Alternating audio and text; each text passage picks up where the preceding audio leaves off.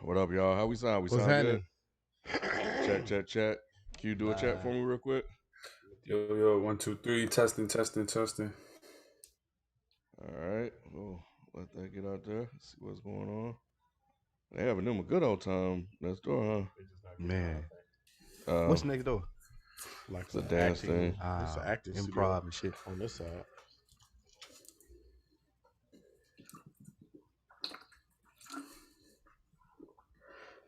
Bet you don't got no charge. Hit that like button. It's back then. Right there. You running low. Mm-hmm. It may be a cable down there. All right, cool. So we sound good.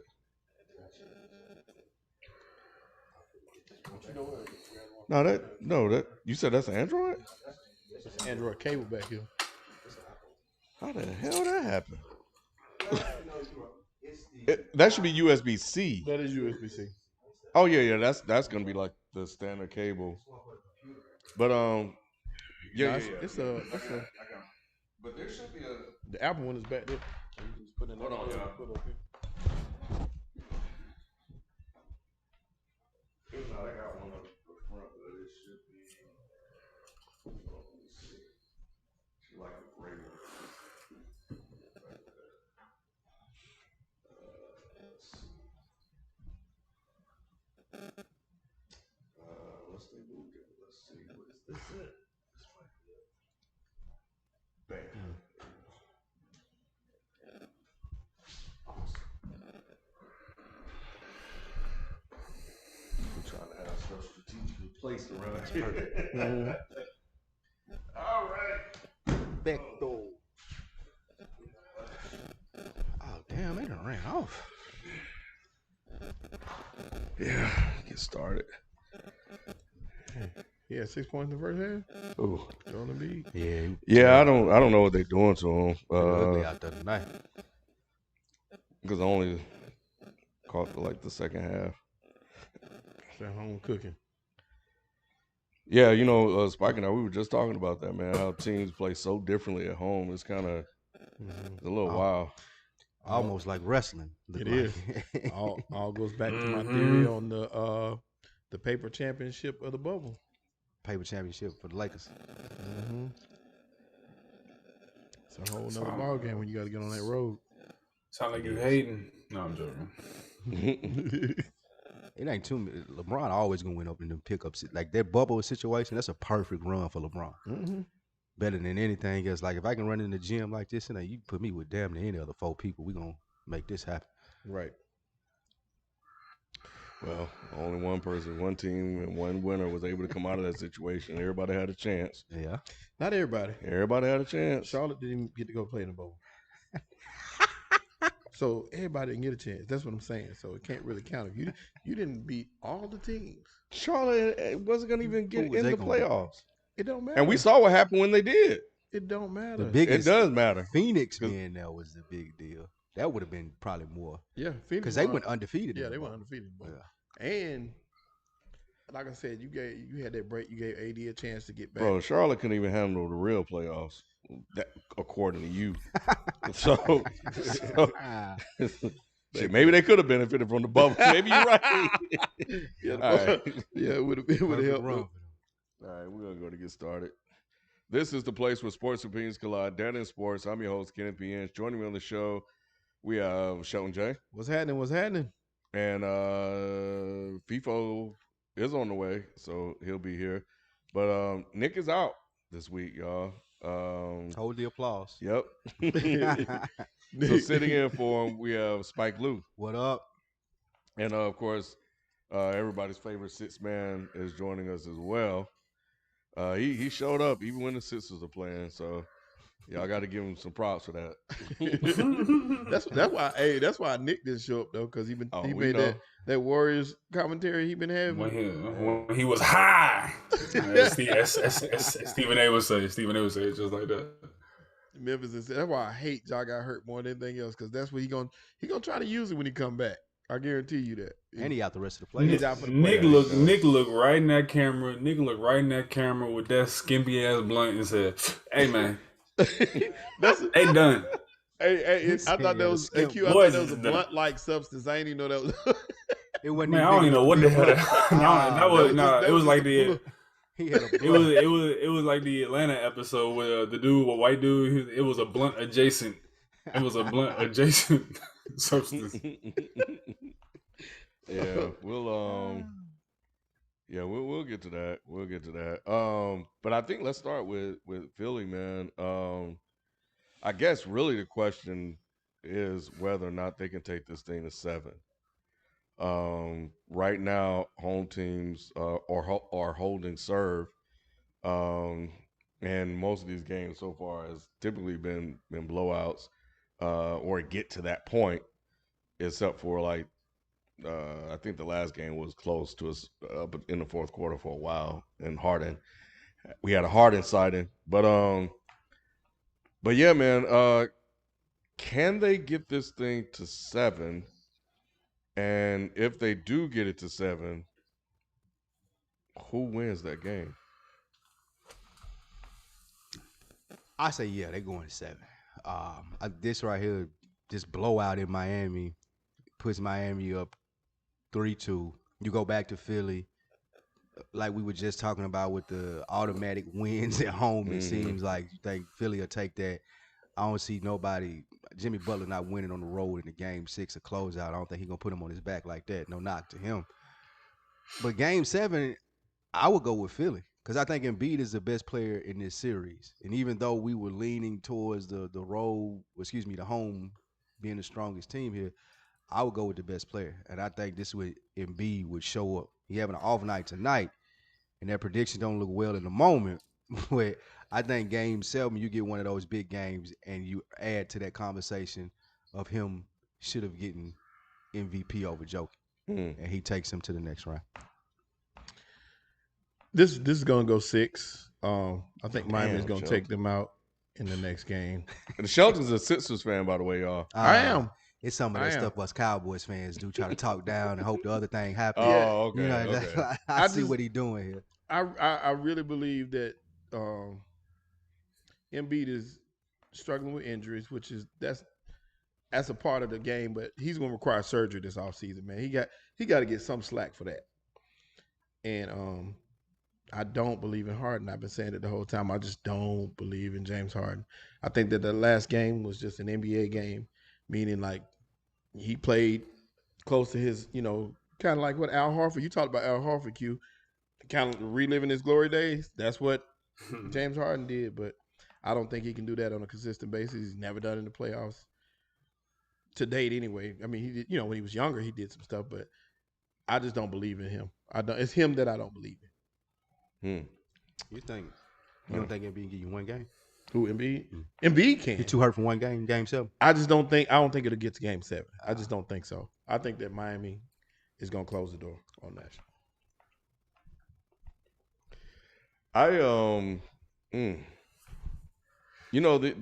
The thing about these games so far is that the road team looks so bad. And when you see how poor they look when they're on the road, sometimes I was like, man, how the hell are they going to win at home? And then they go out and they win at home. And Philly looks bad. We see that they're losing by almost 20. It might be 20 now. But all these role players hitting shots that they tend to miss on the road, and you're asking them to do that. Jimmy put up 40-some last game, and it didn't really amount to much. It kept him in the game, of course. He had a great third quarter, obviously, but, when they needed him, he wasn't there in the fourth. And I think Philly will definitely bounce back. I think for them to win Game 7, that win needs to be a team win. I think that because Embiid coming back, and you could argue that they had one in the first game, but Embiid's presence on the court really muddied things up for Miami. And they had to make their adjustments. They couldn't get to the paint like that. Bam looks like a shell of himself when Embiid's on the court. Yeah. Like it's. We need to. I remember when people were trying to say Bam was better than Embiid. It was kind of wild. But either way, and we ain't gonna revisit the past. But So I think you could say you could maybe point to that as a 10 win. I don't know. I think that second game, that's the one Harden got you. With his fourth quarter. Yeah. Um, can Embiid get you that game 7? And I think that's where we are. Or as we were talking about before the show, can they combine together as one unit that I know it's going to sound blasphemous, Shaq Kobe moment where you just go nuclear, or Kobe or LeBron Kyrie and just, or Clay and Steph, and like as superstars, we're going to get this win. We the best two players on the court. We're the best two players on the Right. court, and we're going to have to figure out a way to neutralize these other role players. So I was thinking it was going to go 6. I think that if it does go 7, give me Philly in 7. And I think Embiid will show up. Embiid ain't showing up tonight, and we seen what happened. It's like he might as well not even fucking be He there. should have just took a rest. Just took a rest day. But so yeah. But Philly has never won a series after being down 2-0, down 0-2. And Miami's never lost, I don't think, being up 2-0. So we'll see. I don't know. I think it's definitely going 7. I just feel like role players nowadays, the way that the game goes, everything is just a matter of comfort. Everything is a matter of familiarity. So when guys like Max Strus or Oladipo or Tyler Hero, Duncan Robinson, Gabriel Vincent, when they are clicking, when they're just hot, I think it's a product of the comfort with the court. Them being able to just take those practice shots in those same corners, in the same wings, in the same, top of the key. Just knowing like the way that the actual court goes. It's just the way of the NBA now. I feel like role players, they're so settled in when they're or in front of their home crowd. They get to feed off of the energy. They get to feed off of the electricity from having people chant like, yo, you all got this, versus going on the road and you kind of have quiet or boos when you're trying to operate. And when you miss, people are cheering for that. It messes with your psyche a little bit. Even if you should try to ignore it, it's still a little bit of like a discomfort where it's like, man, I wish we were at home, because then Danny Green makes more shots, or Shake Milton makes more shots, or Paul Reed gets another rebound because he's hyped up off of the energy. So I think that this is just the way that the law of the land is now in the NBA. I think that the playoffs show that we can go back home and we could probably get that game. I'm gonna say that we do get that game. I'm gonna say that we do probably.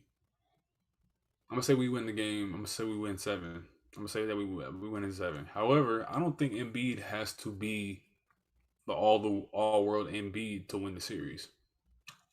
In game, I think it was game 3 when he came back, I feel like he let the game come to him, and that could be a product of being at home. But Embiid is such a monster on the defensive end, one of the most underrated defensive players, and the fact that people don't see his impact and what he brings to the court on both sides when he's there and when he's not there, the difference is just striking.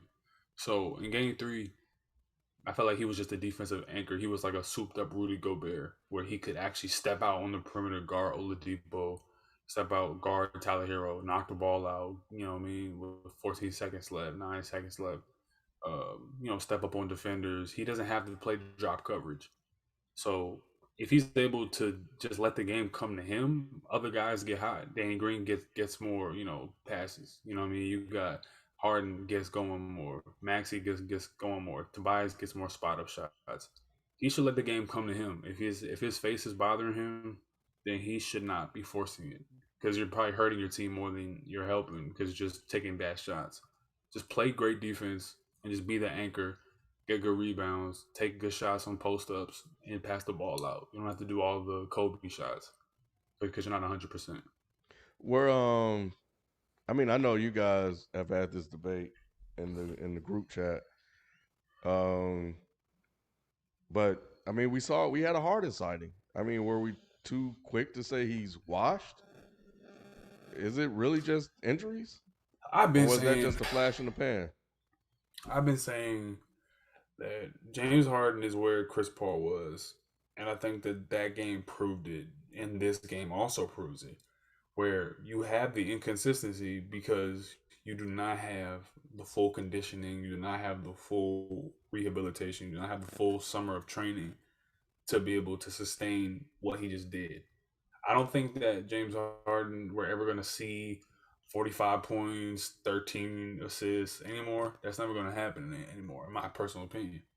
But you see what Chris Paul was able to transform his game into from going from a place where before he got to Houston, Chris Paul was severely, I think, out of place in the role that his teams wanted him to be, like a primary scorer.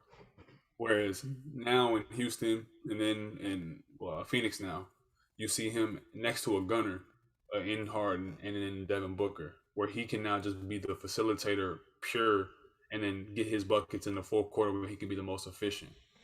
I think that's where James Harden just needs to be at, and for the rest of his career. I don't We'll see. think that We'll I see. don't I don't I don't think that he's hurt. I don't think that he's washed. I just don't see an all-time great player going from 11 months ago being an MVP candidate to now, oh well, he hurt himself and it's over. That doesn't make sense. Well, see, you saying that's what he should do, and I feel you. I kind of feel like his game should transition and evolve into that too. But will he do it? He is where Chris Paul was, but he's not who Chris Paul is. So his mentality is not the same. Is he going to accept that role? Is he going to accept doing the things that he needs to do to get back to being healthy again to play the game at full maximum potential? Is he that guy? You know what I'm saying? And I just don't think he is. And he may transition into that. I just don't have faith in him working his tail off to get back to be in the best shape of his life to play the best basketball he can play. I I, think you're seeing it. I think you're seeing it now. I think you're seeing it now that he's transitioned to being past first point guard. Because he is to me a definitely a generational passer of the basketball. I think he's on par with basically any passer in the NBA, and just the way that he can orchestrate offense, the way that he can pace offense. It's just those. If you look at his first step, it's not as fast. If you look at the burst, it's not there. If you look at the lift on his shot, it's not there. To me, that is he don't even really have to get his body in the best shape possible. I just think he needs a whole summer of playing 5-on-5, a summer of actually training. And every trainer that he's had has said that he didn't get the chance to do that because he was rehabbing the hamstring.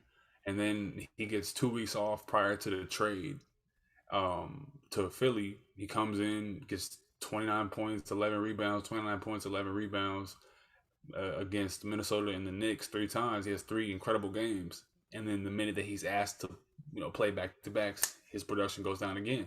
So I think it's a matter of rest and a summer of just being able to really just train. Like you don't even got to do nothing special. I just think he'll come in and as 85% of who James Harden used to be, and that's good enough to get to where you want to be at if you're Philly. and I think that Philly knew exactly what they were signing up for coming off of Q's statement with the 85% of Harden. I don't think that they ever expected the 37, 11, and 9 guy. Like, I feel like that Daryl Morey and Harden have a close enough connection that, all right, I'm going to do you a favor and get you out of Brooklyn. You do me a favor and you get Ben Simmons out of here because essentially he's never, even if James Harden isn't 100% or he isn't the James Harden that came from Houston or Brooklyn, he's better than the Ben Simmons that we were getting. Mm-hmm. So at the very least, we're going to have the James Harden that we have that's 85, 90% of the guy that was in Brooklyn or Houston. So I think that Philadelphia's, their expectations of what James Harden is and where he is, it's right on pace. I think that we as fans are catching up to where he is, and our expectations have to adjust from what he was to what he is now. And to be honest, like that's all Embiid needs. Embiid doesn't need the 37, 11, and 9 guy. Embiid need a guy that's just a little bit better than Seth Curry and way better than Ben Simmons because Ben Simmons wasn't giving me shit. And that's what Harden is. So once they put it all together, similar to what Q said, over a summer, maybe then we talking about a championship team. I don't think they'll pull it together this year though. I think I think it's a lot of those things. One of the things that I saw yesterday, the thing that stood out to me most was his reactions and like how hyped he was. And I'm getting a sense that he's just not confident in in where he's at right now.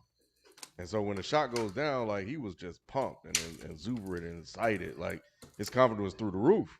But when these shots are not falling, when they're doing this, when they're doing that, if he's hurt and he can't make the move he wanted to make because of the injury, and that may impact his confidence. I don't know.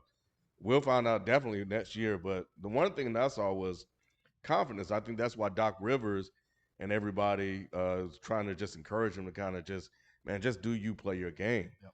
And I think he's doing a good job of controlling, the pace and the floor and getting people involved. It's just that scoring output is very inconsistent.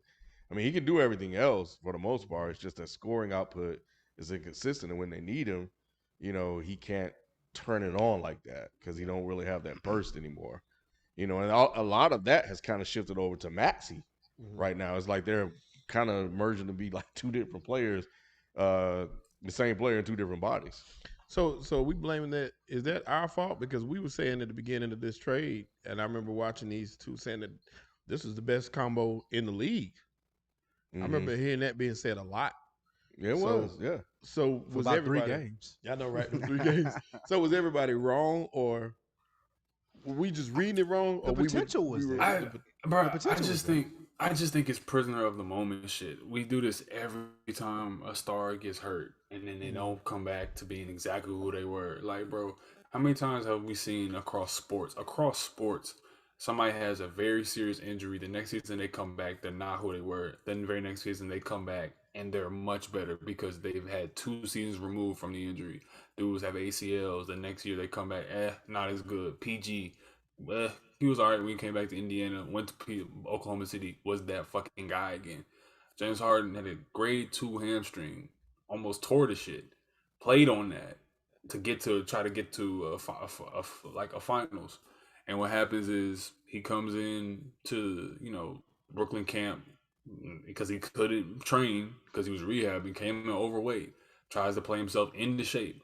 I think that's a mistake, but I don't think that is indicative of a player who's washed. I just don't see the logic in people who say that a guy who was an MVP candidate 11 months ago can never recapture the burst. Maybe not all of it, but cannot recapture the burst enough to be effective in the lift on his shot. Dude, he doesn't have lift on his mid range or his step back. That's not, to me. That's not some he's washed and his legs were worn down because of Houston. He was in Brooklyn. It was him and Jokic for weeks as MVPs, and then the hamstring happens, and now we see this. I'm not making an excuse for him. I just think that's the reality of the situation. He does have to play better. But the playmaking is still there. The threat of him and the step back, they still have to guard him. So I think I can't only make a judgment on if he's washed or if he's not after I see a full off season, and then by December I'll know. See, this is what I feel, because I feel like Shelton was subtly taking shots at me. I wasn't. He wasn't you. I know, but I made a whole DE 365 regarding the You best did? duo. Yeah, and I called them the best duo because I think that they're still the best complementary duo in the NBA. Like when you look at a small and a big, what's a better small big combination than them? Because are we gonna say Kyrie KD? Shit, anybody right now. How anybody right Harden's a now? role player. You talking about Harden? He said he a role We ain't talking player. about potential. We talking about what he actually doing on the court. Man, role player. He a role player. Yes, right now he's a role player. Did he not just score like 18 or 16. something? 16 in the fourth Carried quarter? him through the fourth the other night. Yes.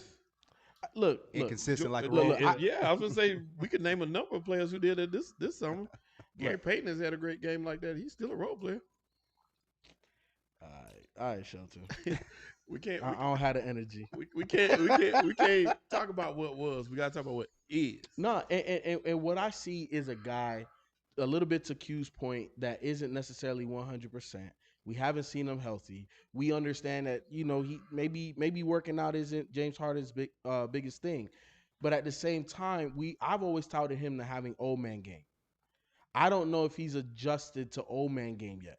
Because as you start to slow down, you have to understand what you can and can't do. Can't Because get that this no more. right here moves a lot faster than the rest of this. Yeah. Facts. You know what I'm saying? Facts. And sometimes that takes an adjustment period. It does. And the rules change a little bit too. Like he's not getting the calls he's that not he getting was the getting calls. before. Like and Trae Young was victim to that in the playoffs. Like Mhm. we saw the rule changes and how the refs were calling the game.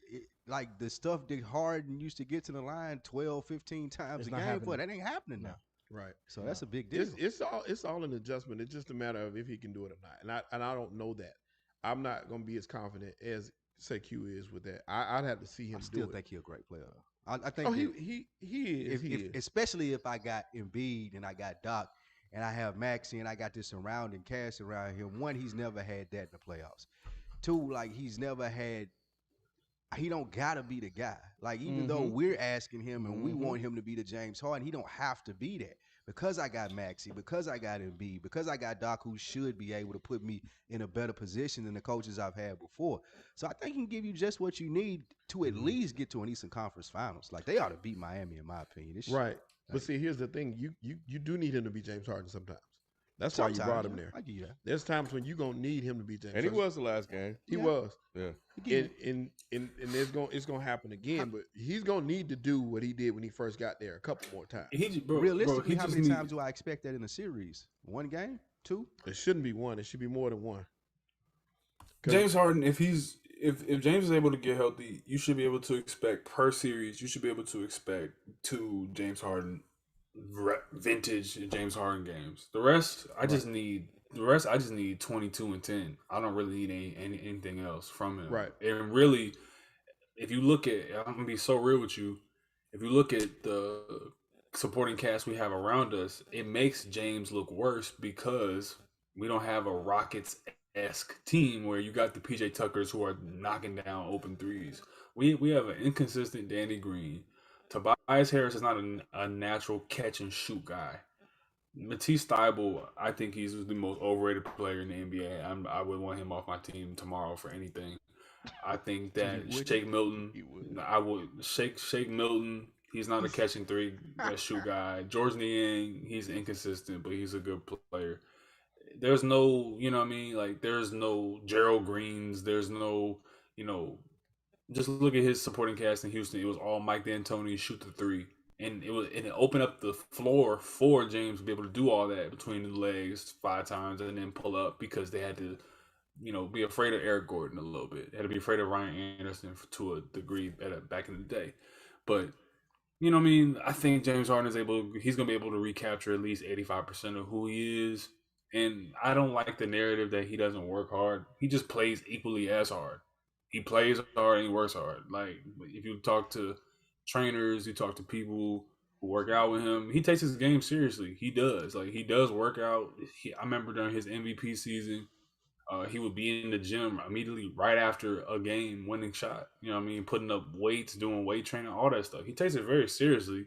He just also plays hard. He didn't take it serious them last 2 years in Houston. What do you mean? He was in horrible shape in Houston in those last couple years. Mm-hmm. He wasn't taking it that serious. Nah, he did that on purpose though. But Q, look, let me tell you something. James Harden's been in the league like 13, 14 years now. James Harden is 32 years old. In your 30s, your game starts to slow the fuck down. Rapidly.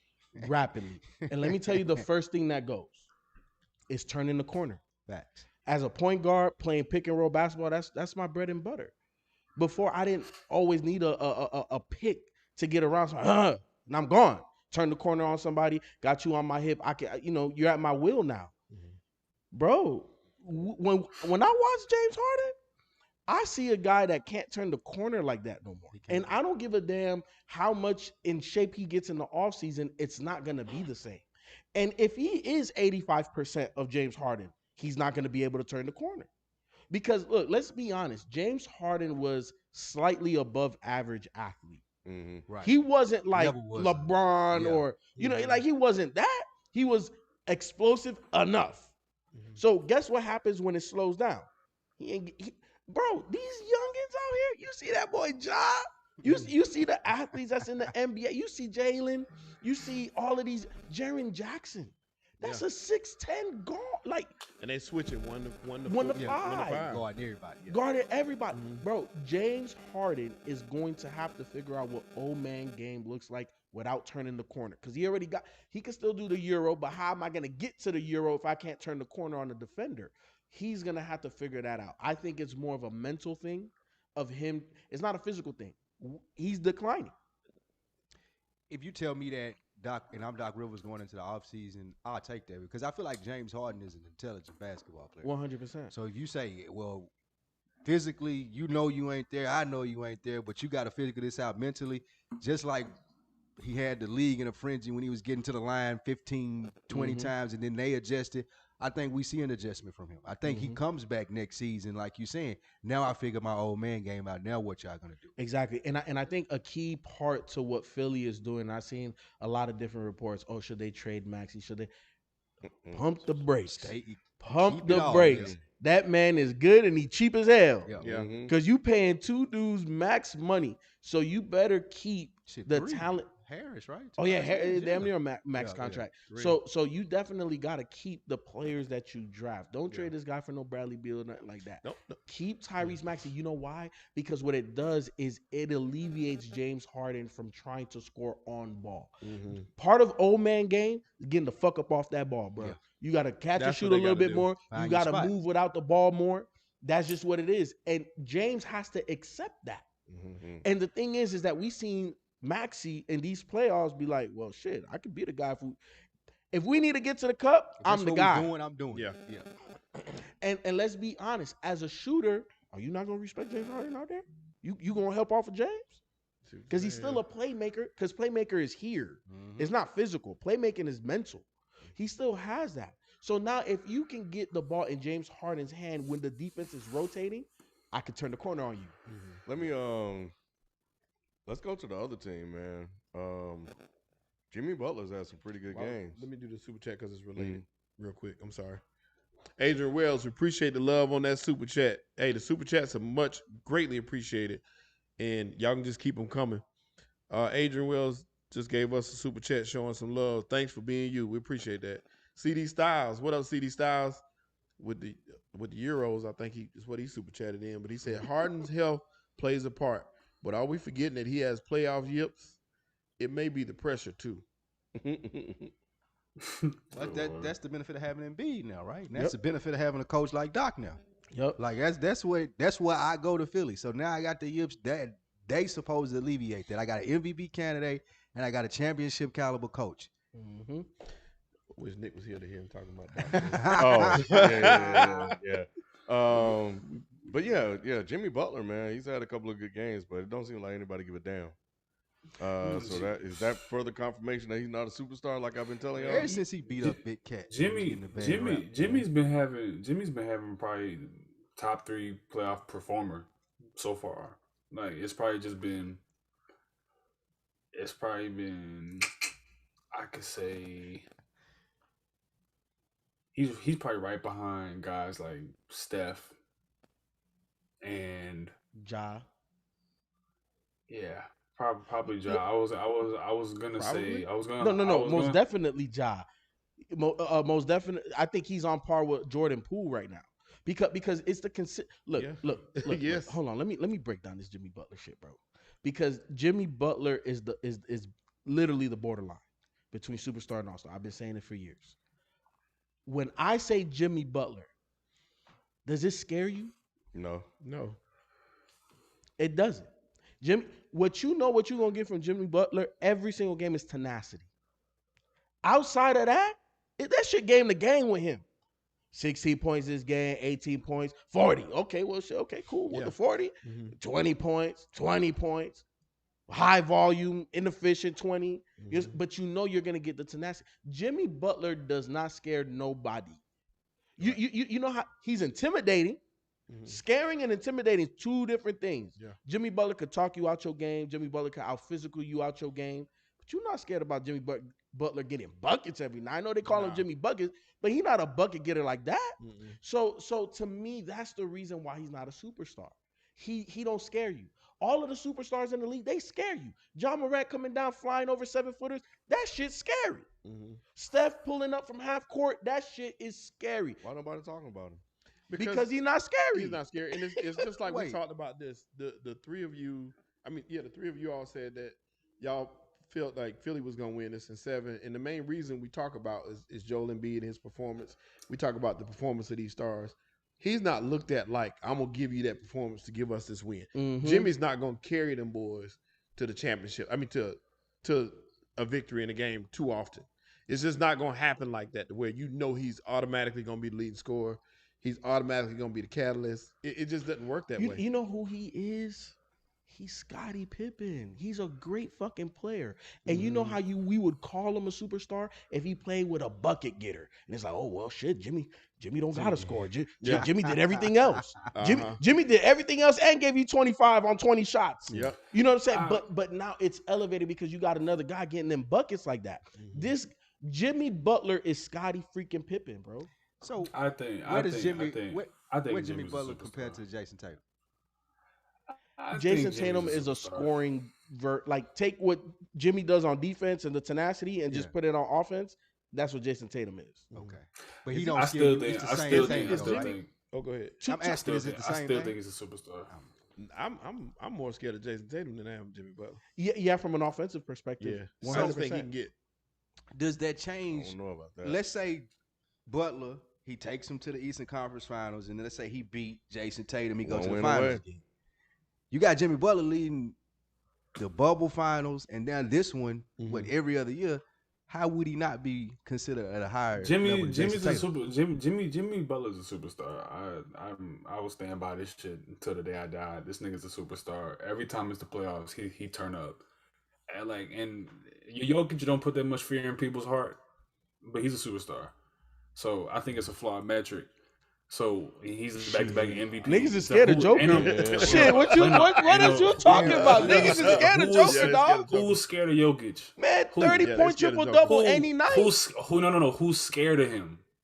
Ain't nobody scared of Jokic. When you say scared, it means you know that you're not going to be able to stop this guy. Yeah, It's there's like nothing you can do. It's terrifying to a team, a 7-foot guy grabbing the board, taking it up court, and he got the no look. Like that's terrifying. or shoot to a a three in your squad. face. That's scary. I think that's the very y'all been in that definition of scary. Scary is you in the locker room and you like, damn, bro, we gotta see him tonight. It's like, all right, you see Jokic, you're like, all right, word. Ain't nobody scared. Ain't nobody scared. Ain't nobody scared. Ain't nobody scared. Ain't nobody fucking scared. All right, look, 25, 10, and 10. You know that. Okay. Jimmy Butler turn up every So time. Q, let me further justify the wording that I chose. In that, with all of the assistant coaches, right, when you get the game plan, who you think when you play in Denver and they're fully healthy, who's the number one person that they say you got to stop? Joker. I don't give a damn about no damn Murray. I take that back. Sometimes they don't say that. Sometimes they'll key on somebody else because they're saying Because we're not going to stop him. So we ain't going to do nothing we with need him. to cut off his arms. Exactly. Yeah. Right? With Jimmy, if I'm a coach going in, what are you saying to take away from Jimmy Butler? Don't let him drive on you. Keep him out. Keep him outside. Don't let the rest of the team, you know what I'm saying, cut off his arms. Because if Jimmy got to score if he got to average 40 to beat you, you're gonna win. Are you scared of that? No. But put Kyrie, Steph. If you say, all right, we're gonna cut his arms, but he got to score 40 to beat, shit, they might beat us, dog. Yeah. They might beat us. Jimmy, that's what I'm talking about. Fear, Q. If I cut off everybody else and say, Jimmy, you got to score 40 to beat us, 7-game series, I'm not scared he's going to do that. He's going to give me 2 or 3 performances. Yeah. That's about it. Right. And speaking of Ja, since you were saying that Ja averaged 38-9 in this series that he just played. So them two different things. Yeah, but he played like shit in the first round, though, didn't he? Who, Ja? Yeah. He could have played better, but so he did play like shit. Yeah, he could have played better. Exactly. He tried to Nah, he could have played better for him. But his like shit is still Nah, man. better than we gotta call it what it is. Patrick Beverly had him in hell. Stop. So, but what Ja did, what Minnesota didn't do, was he was calm, cool, collected in the fourth quarter when they needed to close him out. And even though he quarters 1 through 3 or moments in the game where he looked, oh, what the hell going on? When it mattered most, Ja was the difference in the game. You know what I'm saying? In that first round. Then he taking it to the second round. It's like, well, I got to do that the whole game, and we shit Can hold up. The whole series. Anyways, let's talk about that one. Ja done for the rest of the playoffs. So it's official? Yeah. He's out. Shit. Nick said the Warriors are done. We know how that's playing out right now. This dude, Nick. So that means they're gonna win the finals. You think so? The I Warriors gonna win said if Nick is picking against you, you gonna win it all. So, Yeah. Yeah. There's a couple of things. One, Shelton, you need to apologize to Bane because you cursed that man. Who? In the first round? Bane. Sheldon said Bane was the best player Bane got hurt on man. the court. He was. He was in that first series. He was just hot. No, I didn't say he had arrived. I said he's the best player on the court right now. And so you talk about curses. Done. He can't do shit. Finished right now. He can't do shit. So yeah, I think he does have a bulging disc in his back or whatever. So maybe that's it. I don't know. But it was your timing on that was bad. Yeah. Now, like I said, at the time it was correct because that first series, Bane gave you top games every game. He played consistent that whole Memphis series. He was just hot. He just wasn't the Minnesota. best player. His hot was like remember the Spurs? Remember when Patty Mills and shit kept shooting? You weren't saying that shit about Patty Mills, bro. He averaged like 26 a game. Patty Mills? No, I'm talking about. I'm just saying that the way he was shooting the ball was like the way Patty Mills and came in for the Spurs. Danny Green was shooting the ball. Nah. They were lights out when they played the Heat. That series, Q, did you watch that series? what versus Minnesota? Yeah, Desmond Bane was killing that series, right? Yeah, he was wide open. I feel like Minnesota was. I feel like Minnesota was very undisciplined because they were trying to key in on Ja, but he was definitely shooting the ball well. Now it seemed like he was shooting it well. injury hurting him. Either way, but I feel like even though Ja is out, maybe they could have won that game last night because Minnesota. I mean, Memphis played well without him. Yeah, they just couldn't close. And to your point, one of your points, FIFO, like if Ja was there, he probably could have got him over the hump. Mm-hmm. I still think the Warriors were going to end up winning this because I think what we see and what I've seen, at least, is that when it comes down in the stretch, when it comes to those moments where we're just going to go take this game away from you guys, that's what they do. Yeah. Right around that third quarter, that fourth quarter, here come fucking Steph Curry. From 30. I've been saying, man, Steph Curry has to be viewed as a killer now. Yeah. Like these playoffs, he has come with it in the fourth quarter, like putting up big numbers, making huge shots, 3-pointers, getting his own shot. Shout out to Nick. Getting timely defensive stops. Yep. He get blocks. This is you know what, Ken? These are the walk down Warriors. This is where they are. They are in that iteration of where the Spurs were around 2010. Where the next 4 years, 5 years, they gonna just be walking these young teams down. All right, all that whoop-de-whoop job, that shit is great. Get 47, that's cool. Be coming right back the next game, we busting your ass. The next game in Memphis, all right, y'all up 10. It's halftime, or y'all up 9. It's at halftime. Yes. Watch. So watch how we close these quarters and watch how we go into the fourth quarter. The last 3 minutes, we going to expend this energy, Clay getting shots, Wiggins getting rebounds, and we going to walk you down, win by 5, and we getting out of here. That's where they at, man. They're out thinking every opponent. Right. Yeah. Like Steve Kerr's system is so you know what it is to me, though, when I watch them, and Q, I 100% agree with everything you say. It's the understanding of your role. Yes. Everybody knows their fucking role. And nobody really tries to overstep. You know, does Clay press a little bit, shooting, a little too quick here and there, of course. Steph, of course, Jordan Poole, because they're the ball handlers, playmaker, creator guys, right? But it's just a simple timeout or Draymond getting in your face, hey, bro, you done took 3, chill the fuck out. Yeah. But everybody knows their role. And when I watch a lot of NBA teams, there's still so many teams that are still trying to figure it out now. Even in the playoffs, the best teams are the ones that understand what everybody's supposed to do. That's what makes Miami like a championship contender. It isn't Jimmy. It's because Spo got them boys understanding what they all got to do. And the system works for what they're trying to do. Same like with Golden State. every time I watch them, and this is, I wish Nick was here, but Draymond is the reason why you can't beat the small lineup. Because Draymond understands it's more valuable for me to have a DHO than to shoot this three. You can leave me wide open. That's cool. I'm going to wait till Steph come run back by me. Or I'm going to apply, a little bit of pressure. I'm going to bring you up. He understands. He'd rather have a triple-double with no points. Yeah. That's selflessness. You know what I'm saying? There's not a lot of teams that have a guy like that that is that selfless for the team. 2 shots last night. That's the difference between championship dynasties and like a 1 or 2 year run, because you got talent. That's the difference. It's dudes like Draymond. I feel like Memphis, they know their roles. Everybody almost except Dylan Brooks. Yeah, I was gonna say. Good God, I was gonna say even. Go ahead. I was just gonna say, to that point, that was the reason that Minnesota fizzled out so quickly, and they just looked like nobody out there knew what they was doing. Like nobody knew their role, even to the coaches. Like, damn, what are y'all doing? So that's But a you're great 20-2 without him. Like, you're used to playing without Ja, and you saw that through stretches, but they didn't have like that figurehead to kind of get him over the hump. And Dylan Brooks kept trying to play hero. He kept trying to make up He for thought he was Steph. being out in game 3 when he got suspended. Like, you were off the whole game. He had a big 3 in the fourth quarter, but that was luck at that point. Yeah. Shit. Give it to somebody else. Jaren Jackson was he was terrible too though. Yeah, he was. he wasn't very efficient. Jaren Jackson, I think, was 0-7 for 3. Yeah, he Jaren took a Jackson, very bad shot. Yeah, he took a lot of bad shots late. But he had some big some big shots though. Yeah, what he should have been doing was doing what he had been doing. He was tearing them up down. In the post, they couldn't right. stop him. Yeah. They couldn't stop him when he get to the basket. But He wants to bring his ass. Yeah, them boys want to shoot threes in the end, and that's what killed him. And them ugly. I said, I don't know which one of them shoot the ball ugliest, him or Dylan. Them the ugliest NBA shots I've ever.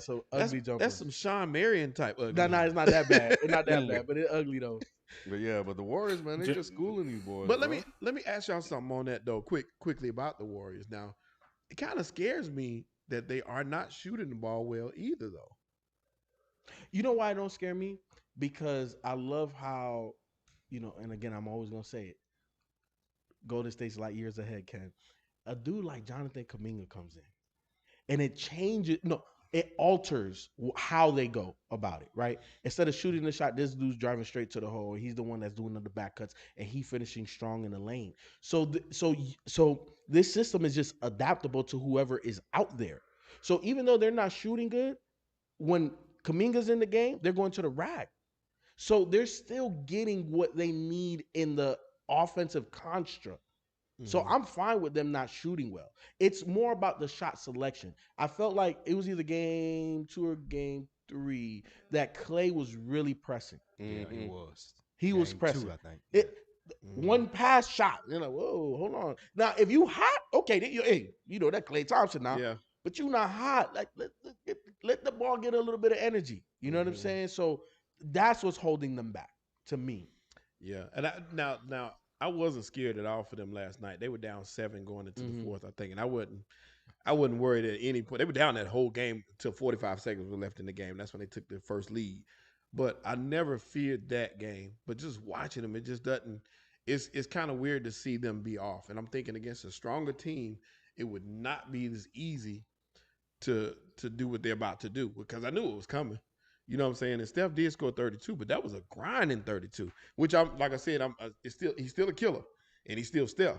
But a lot of the shots that we see Steph normally hitting your face, he ain't hitting them shots. Same thing with Clay. A lot of shots that Clay hit, Clay's not hitting right now. Same thing with Jordan Poole. He kind of backed off a little bit. So thank goodness for Otto Porter, who stepped up huge in both these last 2 games, and he's getting buckets where they need him to get buckets. But I feel like that's age and attrition, and that's okay. You know what I mean? You get older, like you don't have the same legs to come back the very next night and do the same thing you did in game 3. But at the end of the day, one thing is for certain: it's gonna rain. You don't know when it's gonna rain, but it's gonna rain, and that's what the Warriors have to just hang their hat on. Hell no. And that's what I'm saying. It's just like one day you got the Jay Reed shot going on, and you know what I mean. And then the next minute, it's going crazy. So it's like the Warriors. The one thing that I think people should watch for the Warriors is just how fine-tuned the team concept is. And that's what makes the great coaches great. Is what's your team concept? Like what like FIFA says roles, but the team concept of what roles do I need to make this work? What type of talent do I need to make this work? And the Warriors they finally have all their pieces. And the elevation of Jordan Poole's game into being, I think at this point, you got to put him a top 30 guy, top maybe 25 talent in the NBA just off this season alone. He's elevated his game to a point where he's what the Kawhi piece was for the Spurs around that 2013, 2014 era. It was like, oh shit, we found another leg to get back to these rings. And what we're just looking at is, do you all see the calm that they play with? Do you all see that they don't care if do y'all see just the calm that it's like they can be down 12 and Steph is like, all right, let's go to the timeout. You know what I mean? They can be down 13 and the Grizzlies are like, yeah, let's fucking go. And Draymond and whatnot is just like, timeout. And they just go to timeout like, all right, how is our concept not working? And they just get the wrinkle out. All right, Poole, you got to make one more pass. Draymond, you got to seal him when he gets in the paint. Yo, Kuminga, you got to hold them a little bit longer so we can get this shot off. Steph, you got to keep moving. Like, do y'all see that play where Jordan Poole passed the ball in to kick Kevon Looney? Kevon Looney had a wide open dunk, but he kept relocating. As soon as he passed it, got to the corner, wide open three. Those are the things that they just do in those timeouts where Steve Kerr, you got to give him his respect as a coach to instill this concept. With how they playing, I mean, regardless of who comes out of this series, like finals bound? Yes. Mm. Yes. Yeah. I think so. Because they can strategically like dissect whatever you're trying to do and you can't match them. And that's the problem. Like, you remember what I said, like, is maybe about 3-4 years ago now. A 20-point lead is shit in the NBA. Mm. We're talking about a 6-0 run, a 10-0 run. That's half. In the NBA, that happens with 3, 4, 5 possessions. That's fast. Yeah. And when you're talking about, I'm talking 2-pointers. Yeah. When you talking about Golden State with 3, if you don't have them down by 30 and continue to have your foot on their neck to not let them up, you can't beat them because you're not gonna rattle them. They've been through that. They've been through that phase. You know, like to me, that's the reason why they're so scary. And now they added this young, super brash motherfucker that is damn near a Steph Curry clone. How do you scheme to beat that? Because you know, Ken, I always said, if I'm a coach and I got to go against Golden State, I don't know how you scheme it because obviously you got to get the ball out of Steph Curry's hand 30 feet away from the basket. So if you double him and you leave Draymond as an IQ playmaker with shooters in either corner, how do you beat that? And now you got Jordan Poole out here too. You could put Wiggins in one corner, Clay in another corner, Jordan Poole up top. You know what I'm saying? And now you got one on, or you got 3 on 2 on defense, 4 on 3 on defense, because you got us double step. I don't know how you beat them, and nobody outside of maybe Phoenix has the personnel to really match up. I don't see it. I think Miami is deep enough. I think Philly is like they don't have an answer for like, you know, I love Draymond, but bro, you ain't doing shit with Joel. You just want to slow him down. Like Joel's gonna do whatever the hell he want to do. Facts. You know, Dallas, what the fuck is Dallas gonna do against Golden State? So I think it's Golden State your in favorite. Boston. Yeah, I think they're gonna win it. I think it's Golden State and Boston, man. They're the most disciplined teams that I see have the least amount of worry when shit gets rough. Oh, we're gonna get to Boston. Yeah. Oh no, for sure.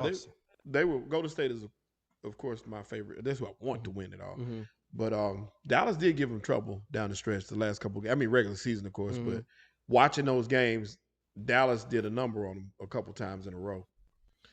But Dallas should be done. These are the playoffs, and it ain't gonna be that easy. I feel like They gonna Dallas should put be Luka done in that next pick 2 and games. roll. But yeah, it's not. They're so much better when Luka let other people score. Look, Yeah, exactly. but they need to find that other bucket getter. That's the problem. They don't have a It true. ain't Brunson. Hell no.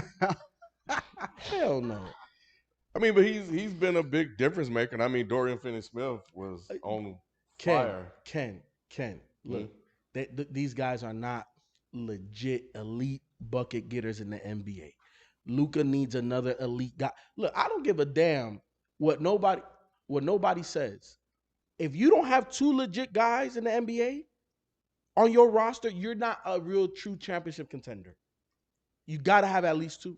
Ooh. That's Not stars, FIFA. That's the new era that we're in. Yeah, no big 3. No. been saying- That's not the new era. It's always been like that. What's that? 2. At least But 2. no, but I know, but I'm saying like this. Back in like like that. 2010, 2011, 2012, the whole LeBron Celtics big 3 shit. Everyone started to say we just need 2 all-world guys, and we can get buyout talent. We can get veterans to come, and that should be enough to elevate us to where we want to be at. That's what people's concept was. But I feel like now what we're seeing is, like I said, the league is so deep now that you have to have a full team concept. There are the guys that are going 6, 7, 8, 9, 10 deep now in the playoffs. Like the Phoenix, they were playing Biyombo and shit, dude. Like off their bench. You have Milwaukee playing Grayson Allen and shit. You know what I mean? You have the Raptors were playing Precious Achua and all these different players off their bench and Boucher and whatnot. You gotta have those 2 guys, but you have to surround those guys with people who can knock down shots, who can do DHOs, who can defend multiple positions, who are versatile. You know what I mean? Like stretch 4s, stretch 5s. You gotta have multiple guys now. And it's no longer just, let's just get LeBron, D Wade, and Bosh and buy out guys, and we're gonna kill this shit. No, there's teams that can play with you now. But the thing is, I think that look, there's a million ways to skin a cat, and I think that if you go get 3 big name guys, someone in their prime, and you put a whole bunch of other guys, you could still be a very dominant team in this league, right? But I think that the difference is that we're seeing, like I always say, you either draft for your championship or you buy your championship. If you buy it, the window is a lot shorter. Brooklyn. Exactly. Yeah. The window is shorter because you're getting guys in their prime. They're pre-30, but we're talking about 27, 28. Like that's when you're going to get those type of guys. That's when they hit free agency. That's when they get on their second contract. That's when you can trade for them because that player has leverage, right? So automatically, just based off of age, it gives you a smaller window. But when you draft guys, right? When you look at Golden State, because they're the preeminent light years ahead franchise, right? They drafted Clay, Draymond, and Steph. Right. They drafted Jordan Poole. They drafted James Wiseman. They made moves for a KD, for Andrew Wiggins, but they just added 1 or 2 people. Andre Iguodala. They always had little extra guys, but they drafted their guys, which is why the sustainability is so much longer because it gives you more room to play with the cap space and shit. You know what I'm saying? Because you have your own guys. You can go over the salary cap. And you mold people into their roles, like you said. Exactly, because people it's already a here, system. Like we got it's a system culture in place. You know why we brought you in the first place. I need you to do this one thing, right? GP3 or GP2. I need you to do this one thing for us, right? Jordan Poole, your role grew. We didn't need you to do all of this at first, but it allowed you to grow. Clay being hurt gave him a lot more playing time. Steph being hurt in the last 2 seasons gave him a lot more playing time. And they really got next man up mentality too. Like they always have. Really, they had it since the Leandro Barbosa days. Yeah. People forget Leandro was on that squad. Yep. Anytime he came in, it change of pace. Yep. But the thing is that mentality that we saw way back then with David Lee and them, they still have it. Facts. Yeah. And that's when you draft your shit. Yeah. Look at Miami. Miami has a culture. Miami's deep, right? They don't necessarily have the talent at the top that's super elite like some other teams, but they're formidable. Why? Yeah. Because Pat Riley and his aura is there. Spoelstra is a top 5 coach. The culture is there. It's from the top down. Yep. It's from the top down. It's all the way through. It's not bought Well, Miami is Pat Riley, so they did buy it. But the difference is they have a real legit culture there. So every team, again, there's a million ways to skin a cat. But how are you gonna go about it? In my opinion, you got to draft at least 2 guys, and then you go from there. Super chats. Yes, sir. We got a couple of them. Kev Timothy. What's up, Kev Timothy? He said, was yesterday Al Horford's best game of his career? Probably his best playoff game of his career. Oh, it was 100%. It was his Yeah. highest scoring playoff game ever. It was probably his best playoff game of his. Oh, his no, best 100. game of his career. And the reason being is he carried them to a victory, a much needed victory at that, to even that series out because that was very close. Without him playing the way he did, it'd be 3-1. And it's Boston over. be done. Oh, Yep. Now we're talking about, like as Q was saying earlier, Boston being a championship contender Yep. at this point again. Yep. And Did you see his wife's Al Horford's wife's tweet? She was like, "Oh, I know that look. He's mad. He's mad." Oh, when Giannis dunked on him. Yep, and stared him down. And he said that. He said it after the game that was what motivated him to play the way he played. Now, don't expect that again. No, But Al You Horford's good a to role get that player. one out of him though. Yeah, I Shit, know. a game like Oh, that. that's great. Shit, But that's a veteran's job Right. in the Yes. NBA. One game. If I'm game. Boston Give me and you one give game, that, bro. Like I'm Yeah. hell yeah, I'm thankful Yeah. for that. And then Now you got- Tatum and Brown got to Yeah. bring me through. yeah, you like, got 30 from Tatum, 30 from him. You got 18 from Brown and 18 from Marcus Smart. That's it. That's what you need to win. That's the formula to win in a game. Facts. Well, not not that every game, but that game. Exactly. Now I And he need slapped- Tatum to put and he hit him Giannis on. in the face. Put me. Yeah, that dunk he had on Giannis, bro. He That was- Mhm. that shit was crazy. He meant every Yes. second of that. Yep. Boy. Yeah. Yeah. That arm hitting him in the All face. Give me of that all shit. of that. Give me that All shit. of it. Yes. Come on with it, nigga. Yeah, that was Draymond dope. dish. It was. It was. It was. Hey, I'm glad they didn't call a flagrant on that though. Well, they Oh, my couldn't. God, They stop would have. it. Oh yeah, that's right. That's right. I Yeah, forgot. it they would have said been a that flagrant one. because the So, ball was dead. Yeah, they called a Play technical stopped, on yeah. it.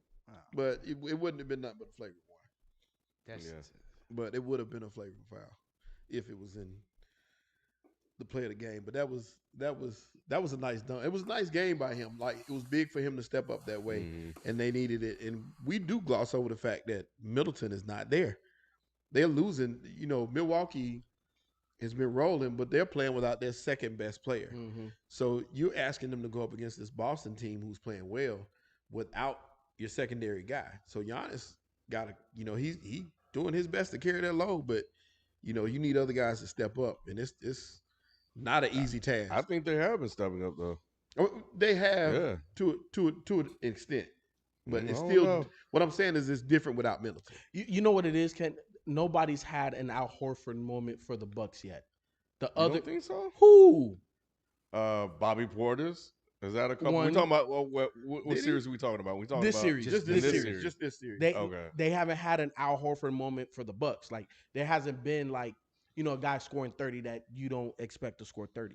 Mhm. Give me They, 25. they need a game like that from strong one of the Drew others. Holiday game where he's 25, 27. Yeah, Something. something like that, where he's Yeah. taking some of that scoring load off of Giannis. Right now, Giannis has to score. Woo! Giannis got to give you 34 and 15 Whoa. for them to even be That's the considered. biggest problem. Yeah, right there. He gonna Always do trying that. to go for a goddamn highlight reel. Well, He not, but gonna do it that. but it was shot clock though.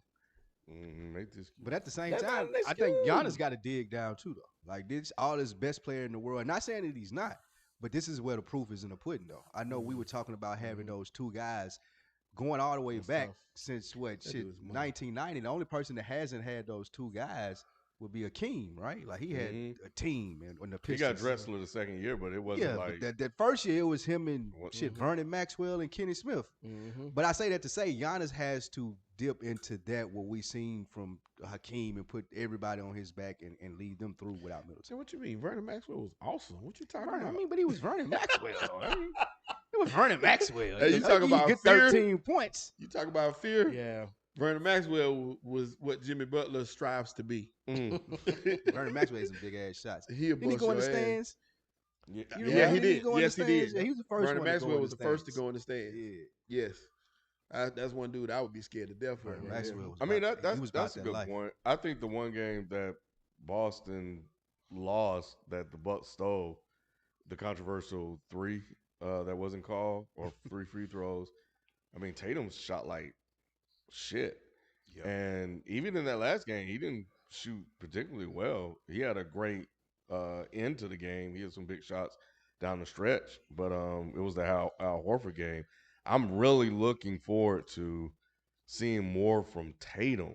Like, we keep trying to anoint him, and he has these moments, but we were talking about consistency earlier. It's like, where is it? And it's just like, where, like, now this series is tied 2-2. Like, you're the superstar on the brink, or the superstar to a lot.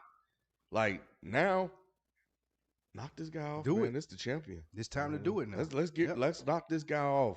You know, go out here and be dominant and take this next game and go up 3-2. I agree with you. This is the step for him to say, when people have been saying is Tatum a superstar, can he carry a team? This is it. This is like him standing at the door now. Are you gonna do it or what? Yeah, 100%. I want to see it.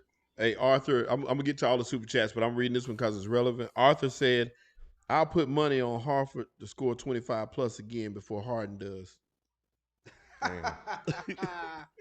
I don't know about that. I don't know about that either. It is a I good don't bet. know. Hey, Yeah, exactly. I That's don't a know good one. about that. Yeah. That's a good one. I don't know about that though. I ain't gonna do Harden that dirty. But yeah, that What's up? I don't. That's a damn good bet because you Oh, know what? yeah. I saw this this stat where in the last game that Jay Crowder played, he scored 11 points and he surpassed AD's playoff points, and they were drafted in the same draft. that's crazy. Yeah. Because he played with Boston. He had that Boston run. Yep. Yeah. So to me that you And know Miami. God, he is so trash. Yeah, fucking Miami Boston. run, right? and Yeah. Miami too. Oh, and yeah, Utah Miami. and Yep. Utah. Yeah, when they He, went. he was in boy, Utah sure did. and he was in Dallas. Yeah. He's He's played been on everywhere. He's and played he's everywhere. and he's played a solid role. Exactly. And AD went to the playoffs once. Do y'all know That's that it? The time in the bubble? No, that one time in New Oh, Orleans. New Orleans when they Him I and gotta Boogie. ask my brother Boogie who the went to third player 7. was, but Jimmy Butler, Crowder, and there was one other person. They were all on the same team at Marquette. Who was the third? He just said it to me last night. I forgot. But yeah, just thinking about that, and then relaying it to the Horford versus James Harden scoring. Shit, I don't know. Oh, Wesley Matthews. They all three of them played at the Shit, same Brunson time. was drafted the same year Doncic was. Same. Same Yep. draft. He was. Yep.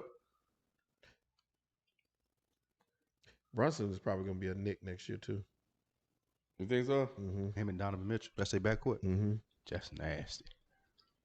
Yeah, Jason Kidd has done a good job coaching. He really he's made has. some really good adjustments. Jason Kidd a good coach. Mm-hmm. Finagled his way into that position, but he's a good coach. Yeah, with I'll be curious to Milwaukee. see what Monty does to counter, because they're attacking Chris Paul now on defense and got him again. And they're using Reggie on him to guard him on defense. So they're putting a bigger man on Chris, which is Did y'all see the Chris Paul? What happened with that's his what's mom? helping them right there. Mm. Those big men. So what- Did y'all see what are happened with hitting Chris those Paul? threes. Oh yeah, and his family. Say it Yeah. again now. Yeah. Oh yeah, Chris Paul yeah. and his family. That's crazy. It said that on TNT, Kenny Smith said Chris Paul's mother reached out to explain to him what happened with the young Dallas fan. She said that the fan was obviously inebriated. The fan kept tapping her on the shoulder and wishing her happy Mother's Day, even after she politely asked him to stop. I saw actual footage of the game when he was touching her. So, Oh, you saw it? Yeah, it was on. I saw it on TikTok. Yeah, I just saw the CP reaction. I didn't see. what do you think about his reaction? What else can he do? It's his mama, right? Yeah, of course. No, I'm surprised. I'm surprised he had that much restraint. Yeah, To be honest, yeah. They were trying to say there was a kid though. It He looked looked- like he a looked- damn he looked kid. like a He kid. looked Yeah. like he so. looked like 16, 17. But was that's he- how but we he was do. drunk? We give them. That's what she said. He had the benefit of the doubt. He's like, "Oh, it's just a kid. He was just drunk." If it had went another way, if it was another colored kid, then it would have been like, been a "Oh, different thing. These yeah. fans are getting brave though. They are. They're very brave, Yeah. especially in places like Utah and Phoenix, Phoenix, Boston. Dallas. Dallas, No. Yeah, because it started with Trey in New York though. Mhm. Wasn't it where it's Yeah, last year. right. that's where it kind of kicked off kind of crazy. Mhm. And then it went from there. So it's been one issue after the next. I saw somebody say be prepared for the next malice in the palace. No, I don't think it'll get that. But Well, I mean, if I was Chris Paul, my first call is to Mark Cuban. Like, you gotta assure me that my family is gonna be safer. I can make this a big ass deal. I use all the platforms that I got to shit on because the Mavericks just had a thing where their front office was up for sexual harassment or Yeah. whatnot. So like, I'm Chris Paul. I'm making this like, make it ugly. yeah, this the top thing on your calendar today, Mark Cuban. Like, you better fix this shit. I would think that he would be gonna do that anyway. I would hope that he would because Monty complained about it too and said that they should have special sections for which they should. Something It should. need to happen. It should be special sections. For Yeah, the I family. shouldn't have to worry about my mom's doing the game At if all. I'm Chris, especially if I'm Chris Paul. Shaq said it best though. Shaq said, "I got that one cousin that will go with my family, and you got one job. Your job is to make sure that they good, Yeah, and if anything happens, you handle it, and I'll take care of you." I'll make sure you are. Yeah, and he said that's what you got to do. You got to have somebody. That way you ain't got to worry about that. You can concentrate on this. Because I was thinking to myself, how is Chris Paul going to react? And that your mind got to be when they go back there. Yeah, yeah. Even here even though you at home, you still you thinking about yeah, them. that's on your mind. You're looking up there, whereas Yeah. you may not have ever paid no attention to that in the past. Now you're looking to see what's happening up there. You know what I'm saying? And that could throw your whole night off. Yeah, that's a fact. Yeah, it's kind of crazy, man. The amount of privilege that they think they have. Because they pay some of for a these ticket. people. You know, you think that you got a right to touch somebody else because you have a certain color, and the other person may be of a certain color as well. And you know, why would you even think that you can even do that? You know, to hug somebody you don't even know just because you see their son play on a court. That's or play crazy. basketball. You don't know any of these people Right. at all. You know, so to go that far as a drunk person, it just shows you, man. Like you gotta. I'll be curious to see what the NBA does because this thing is slowly building. build-up. Somebody's Yeah. going in It's the a build stands. up. Yep. I'm thinking that's what I'm Russell saying. It's Westbrook, coming. remember that? It happened with Westbrook in Utah. What is Yeah. it? A year or two ago. Yeah, like Yeah, it's one of them coming. knuckleheads going, bro. It's gonna be another Don't catch Artest the out there wrong somewhere. person. Because it's not just the families; they're coming after the players, and Yeah. they're saying all this stuff. Yep. And these are men. You dealing with grown men with built-up aggression. Doncic. You saw what happened to Doncic. Somebody was talking crazy to Doncic. And Doncic tried to get at somebody. Yeah, it's boiling, and you're gonna get that right dude at the right time, and they're gonna do like Draymond. But I make $25 million. This ain't nothing to me. A little They- fine ain't gonna be. Yeah, nothing. they're gonna fire off on you. Mhm. They'll give you, a couple hundred to be quiet, but they're gonna get you.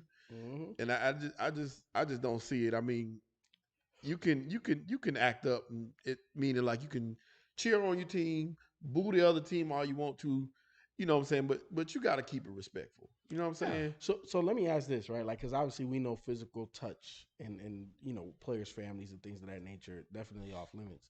But are there words or phrases or things that you could say that are off limits? Correct. The stuff that was said to LeBron, What was said to LeBron? talking They about were his talking son. about, When they were saying something about doing something to his son, something derogatory about hurting his son. You remember the fan he got when he went crazy. This was it this season? I don't remember this story. Y'all correct me if I'm wrong. If y'all seen it in the chat, but they said something about LeBron's son and something derogatory, real bad about his son. And he was like, "It's him. It's him." He got when he walked over there. yeah, was he pointing walked at the over and dude. pointed Oh, like yeah, this yeah, dude yeah, I right here got remember. to go. Yeah, yeah. Yeah, I mean, I think that's a fine line though, because I don't think that you ain't buying rights when you get a ticket. That's idiotic thought process in my opinion. But how sensitive would you allow the players to be though? Like how much dictation can they have? Oh, he said my name wrong or said something I didn't like. Let me throw him out. Like how much leeway do you give a player to be able to do that just because their feelings? It's got the hurt? N word for me. yeah. That's what I That's was the gonna one say. that would Yeah. get me. That's the biggest That thing. shit, Anything that's yeah. racially motivated, Racially motivated shit that should would be be off limits. just like I agree sports. with If that. you say that in football, you getting kicked out. They kick you out of football games for that.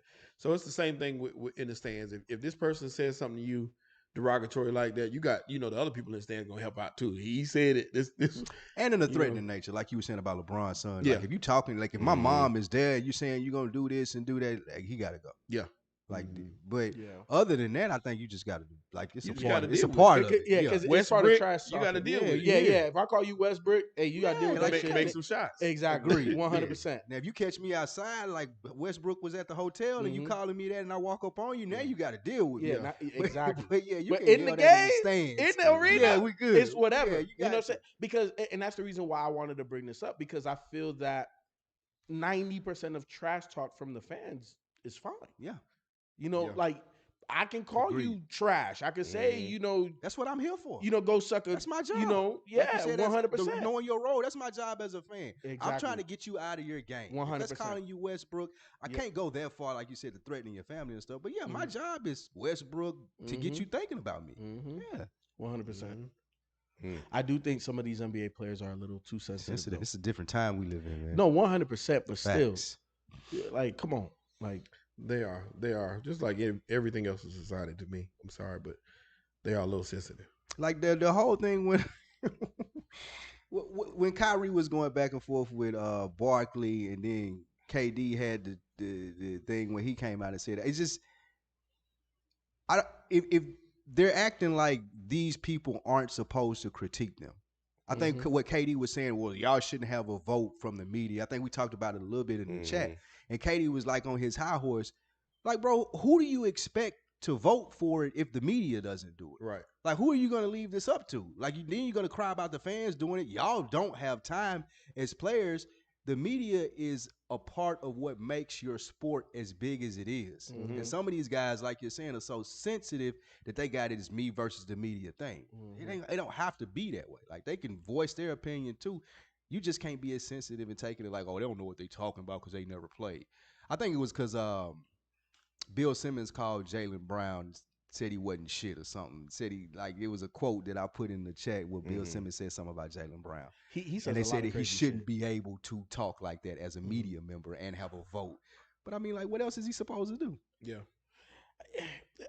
I feel like this. I feel like there are certain media members that have agendas, Okay. Yeah. right, toward players and shit like that. Correct. And I think that when it affects money, that's a slippery slope. You know what I'm saying? Because think about it. There's a price difference from not making an all NBA team, All-NBA. second NBA team, and first NBA team. There's a lot of millions of dollars involved for all three of them. If you're denying my talent, I agree with you. But if I'm just coming out and stating, so like if I say I don't like the way that you did this, that, or the third, but I can still be open-minded enough to vote for you third team All-NBA because I know you've been out there killing it, then I should be able to say what I want to say. But if it's me being biased and not voting you on that team because I feel a certain type of way about you, you're right. Yeah. And let's be honest. Look, now I'm pretty sure if we ever asked one of them media They ain't pundits, gonna admit that. they're not going to admit that. That's true. But let's be honest. They are There's, biased. there's a human whole nature. bunch of them that's not voting guys that should be voted That's for. human nature. Correct. You're right. I don't like him Correct. because he's a little bit brasher than I think, so I'm gonna go joke. Yeah. Exactly. He said something to me I didn't like or would not grant me the interview I wanted. Yeah. He wouldn't I'm talk not to voting. us after this. I ain't voting. Correct. And it's to lose out on millions because of a personal. I don't like that aspect, but I also agree with you because What's the alternative? I don't have one because Right. the media is part of the NBA business. That's what And makes it big. It's a handshake. Like you need us, we definitely need you because you're the talent and you're otherworldly. But how does everybody know about you if it isn't for us? It's like it's like police. We count on the police to do a job, but we can't say that they aren't biased. Same thing with the media. We count on them to do a job. Their job is to research, watch these games, pay attention to what's going on, know everything that's happening, and make an educated guess as to what's going to happen, or educated analysis of what happened. Yeah. But just like anybody else, you got fans out there. You got players that you're Humans, gonna like yeah. more than others, and you're gonna vote that way. But that's just the part. Like you said, it's a part of it, and it's your job just to play the best you can, so you can get the most people after you as necessary for you to be successful. That's it. That's pretty much where that ends for me. Anyone see what's that? Yes, sir. Okay. Andy TSN. What's up, Andy TSN? Andy says, is it fair to compare Ja to D Rose, not just talent wise, but repeat injuries because of play style, athleticism? It's hard to see him play like this long term. I mean, people were saying that about Wade. Yeah. Ja does have a lot of force when he plays. The way he's able to go from A to B is insane. Like, it's very bouncy. It's fucking crazy. Yeah. I think this knee has been bothering him pretty much for the latter part of the season. Oh boy, Poole grabbing it just probably re-aggravated it because I don't think it probably was even fully healed. So I think that contributed to that. So I don't know if it's necessarily fair to compare him to Rose. Why not? Why? Why? Because look, Ja's on the trajectory. What's this? His third year? Yep. D Rose won the MVP his third year, but we could definitely say Ja was in the MVP running. When we look at Ja's game, is the closest point guard, like for like, was D Rose. Remember the year that D Rose won the MVP? I went to the job, and you and Modest were not necessarily. I don't know about D Rose being the best point guard, and I said D Rose got more double doubles than CP. And y'all telling me CP is the best point guard. D Rose had more 2010 games than CP did that year. When I look at Ja, like for like, I think he's a little bit more of a pure point guard than D Rose was. I don't think people give D Rose enough credit for being a pure point guard. He just dumb bouncy and you couldn't stop him. Athletic as hell, yeah. Athletic as hell. I could get wherever I want. Throw the ball to the top of the backboard. I'm gonna go get it. Ja the same damn way. Ja's the same damn way. So I think it is fair. And I think that when you're looking at sleight of frame guys that are bouncy and explosive like that, their bodies are going to just the stress on your joints and your ligaments and the tendon and all of that type of stuff. I just think it's increased. So I think it's very fair. I think it's very fair to compare him to D Rose. Okay. What else we got? Let me see. I'm sorry, y'all. Oblivion Radio said, "Where's Nick?" At home with the Knicks. Yeah, Nick's at home with the Knicks for sure. Yeah, he did. He dodging that smoke. Yeah, he's definitely dodging the smoke. Dodging that Warrior smoke, man. He's gonna try to come when the smoke clears. He been talking shit about the Warriors all year long. Ken, for years now. I know, but Steph can't create his own shot. Yeah, okay. and really fuck out of here with that. And that was our most viewed Dead End 365 video. So if y'all ain't checked it out, please go check it out along with the others. But that one I know I watched 10 times laughing myself. It was hilarious. It was hilarious. Joshua Jericho. Joshua said, thoughts on how the 49ers handled the Debo situation. So what's the resolution? Ain't no resolution yet. He followed them back on IG. Yeah. I would say I was Yeah. gonna say they handled it the way they should have handled it. I don't think that a lot of these teams they rushed and traded their star receivers like Man, AJ Brown. Hill. Hill, Brown, Adams. All those guys got flipped quick. For me, it was too quick. I think that with a player like that, especially Debo, even though it's gonna be tough for Debo again, and I say that because he's injury prone, and of course, him being a South Carolina guy, I'm rooting for him hard, but I don't know if I can see him doing what he's done again. I think so to answer the question, I think the 49ers handled it appropriately. The reason being is if I'm telling you I want you and I'm getting 2 first-round picks or first and a third and I decline all that, that shows that I'm committed to you, number one. That's it. Number two, what's the fucking price tag, bro? You know what I'm saying? Because I feel like San Fran has a very fair number, but I also get it from Debo's standpoint. Part of the reason why Debo is in high demand is because how San Fran uses him. And because of the running back aspect of his game, I understand why he wants more money. Because, bro, like, if you gonna have me doing this, I'm not gonna last that long. So you got to pay me. And I get that aspect. So I think it's on the 49ers to up the deal a little bit. A little bit. I didn't say make it like, I wouldn't make him the highest paid wide receiver, but I'd make him top 3. I see it's hard for me to do that. And it because top 3 is like 25 plus. And I don't know, not taking anything away from Debo Samuel, he's a hell of a football player, but Kyle Shanahan's a hell of a coach too. And I have to feel like I may not be able to put a Debo Samuel right there and do that, but I can put somebody right there and give you about 80% of it. and I ain't got to give you $25 million to do that. Like, so if I know it's an old standard, everybody knows it, but if you just go down the line, and Debo's not traditional, I know. You don't win with big receivers. Like, No, but receivers that lead in stats, they don't win Super Bowls. 100%. But I think because of where Trey Lance is in his development, I need that. you need this. That is you a need great point. You need that is guys very that will take important. pressure off of Facts. the Line up elevation beside of me and I can just do a little option play little and he go easy 80. shit. Yeah, that is true. So now if San Fran was in a different situation with a different quarterback, I'd be more on your side. But we ain't That's a paying great Trey point. Lance shit. But wait a minute, people, Trey Lance ain't their quarterback right now. Yeah, It's still Jimmy G. Jimmy G ain't fucking. He not taking no snaps for them boys.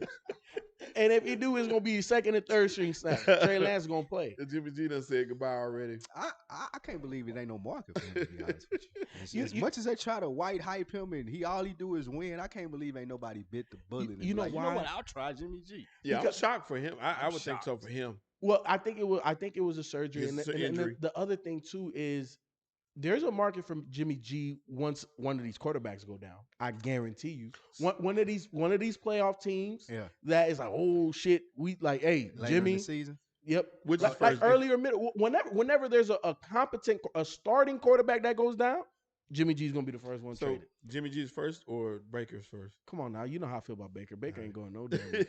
Cleveland gonna have to cut him. Wait, so if you were the Titans and you had Tannehill, you wouldn't take Baker? No. Shit. Tannehill. Look, Tannehill has the things that Baker don't have. 6'5" and got true. better And wheels. He does have the intangibles. What the fuck am I taking Baker for? Baker's is just average. Baker is not an Mid. upgrade.